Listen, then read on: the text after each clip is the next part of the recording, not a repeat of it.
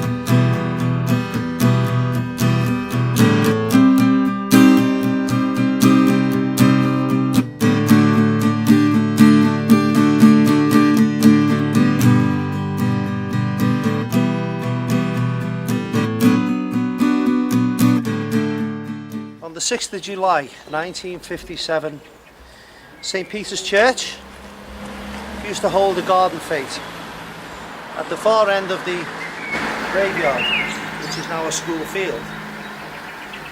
Okay. Before the garden fete, there was a procession around the village, and on one of the lorries, the trucks you call them, was the Quarrymen Skiffle Group. You can see John in his check shirt there. Right. There he is. The tea-chest base, the old tea-chest base. They would go around the village following the marching band of the Cheshire Yeomanry. So they'd take a couple of hours, they'd come back here to Church Road, unload the trucks, the lorries as you call them, trucks you call them, we call them lorries. These were all supplied by the local coal merchants or the fruit and veg merchants. They would go over to the church field, and the quarrymen would perform at 4:15 and 5:45. There was a man called Ivan Vaughan who was born on exactly the same day as Paul McCartney, the 18th of June 1942. Born on the same day, they both passed their 11+ exam, it all's coming together.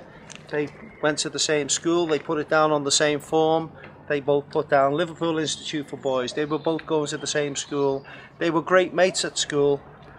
They weren't in the same class, but obviously in the same year. They were great mates at school. But when they came home, Paul McCartney used to go to Speke and then he moved to Falkland Road, but Ivan Vaughan used to come to Woolton where he lived. All Ives' mates were the quarrymen. Ivan Vaughan walked through that door up there with his mate Paul McCartney that evening, and it was in that room right there music changed the whole world over when Ivan Vaughan said, "John, this is Paul. Paul, this is John." Wow. Yeah, how important was Ivan Vaughan?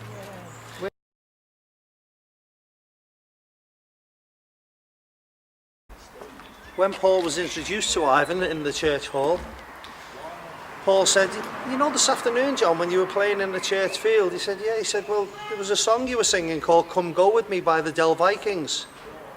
But you weren't singing the right words, you were making them up. You were singing, 'Come, come, come, come, come, go with me down to the penitentiary.' Well, they're not the right words, you're making them up." Didn't go down well. But Paul saw a guitar, picked it up, and he tuned it, and he played 20 Flight Rock, and Beep Babalula, she's my baby. John was impressed. Wow, look at this guy. He wasn't impressed that he could sing. He wasn't impressed that he could play a guitar and tune it. Yeah? Upside down, he's left-handed. Left-handed, yes. A couple of weeks later, Paul bumps into Pete Shotton at the top of the hill, and Pete shouts him, Paul, oh, hello mate." Yeah, he said, "Don't you remember a couple of weeks ago where 20 Flight Rock and Upside Down and Bebop, you know?" He said, "Yeah," he said, "well, John's been looking for you, he wants you to join the band." You know what Paul said? And it's quoted on the disc. I'll have to think about that. Not very long, but I'll have to think about it.